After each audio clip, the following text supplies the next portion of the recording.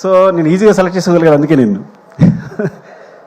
So పొద్దున కూడా చెప్పాను తనకే, సినిమాలో పవన్ని సెలెక్ట్ చేయడం కోసం, కావేరి క్యారెక్టర్ సెలెక్ట్ చేయడం కోసం నీ గురించి అన్నానని మా అన్న కూతురు తనకే చెప్పాను.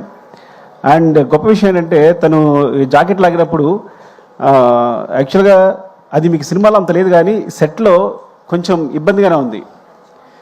తను ఏమాత్రం ఇబ్బంది పడకుండా, నేను ప్రతి షాట్ తర్వాత సారీ చెప్పేవాడు కానీ నాకు అనిపిస్తుంది ఏంటంటే సినిమా కోసం ఏ యాక్షన్కి వెళ్ళారైనా నాకు నచ్చుతారు, ఏ యాక్షన్కైనా. అంటే ఒకసారి ఆర్యాటూలో ఒక షాక్, ఆర్యాటూలో కాజల్ని అడిగా నేను లిఫ్ట్లో ముద్దు పెట్టుకోవాలి ఓకేనంటే, సో తను హెస్టేట్ చేయకుండా ఒకసారి వెళ్ళి ఓకే సార్ సీన్కి హెల్ప్ అవుతుంది కదా అంది. అంటే సీన్ పాడవకూడదు నన్ను ఒకటి ఊహించుకున్న డైరెక్టర్ అనే ఉద్దేశంతో. సో తను ఏమాత్రం అబ్జెక్ట్ చేయకుండా పాపం అందరి ముందు అలాగే నిలబడింది చేస్తున్నప్పుడు. సో నీలాంటి క్యారెక్టర్ సినిమా కోసం ఏ ఎక్స్టెన్షన్కి వెళ్ళే వాళ్ళకి నాకు చాలా ఇష్టం. ఇట్స్ వెరీ గుడ్ యాక్చువల్లీ, నువ్వు పర్ఫెక్ట్ సరిపోయావు. అండ్ నీ వల్ల క్యారెక్టర్ చాలా ఎన్హాన్స్ అయింది, నీ ఫేస్లో ఉన్న ఇన్నోసెన్స్ ప్లస్ అదంతా కూడా చాలా హెల్ప్ అయింది. Thank you Kaveri. And Kranti I found it, నీ ఫేస్ అంటే విచిత్రమైన ఫేస్ నీది, అర్థమైందా? పాపం క్రాంతి ఎప్పుడో 10 years 6 years 7 years తెలుసు నాకు. సో తను మంచి క్యారెక్టర్స్ వేస్తున్నాడు. బట్ ఓకేనా ఈ సినిమా చేయడం ఓకే కదా నీకు అని అడిగినప్పుడు వెంటనే చేశాడు. అండ్ చాలా బాగా హెల్ప్ అయింది. నీ క్యారెక్టర్ గురించి, నీ ఫేస్ గురించి సెపరేట్గా మాట్లాడే సెపరేట్ లుక్స్ ఉన్నాయి. You have bright future. Thank you Kranti, love you. And Ajay thank you అండి. అజయ్ యాక్చువల్గా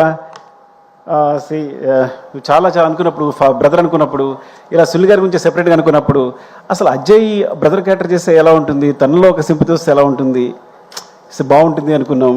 అని అప్రోచ్ అయ్యాం, అనుకోమని తెలిసింది అజయ్కి.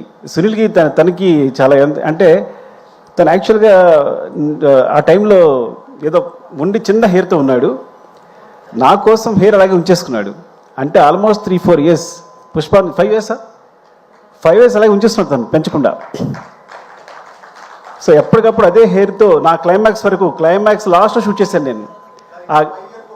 ఇంకా 5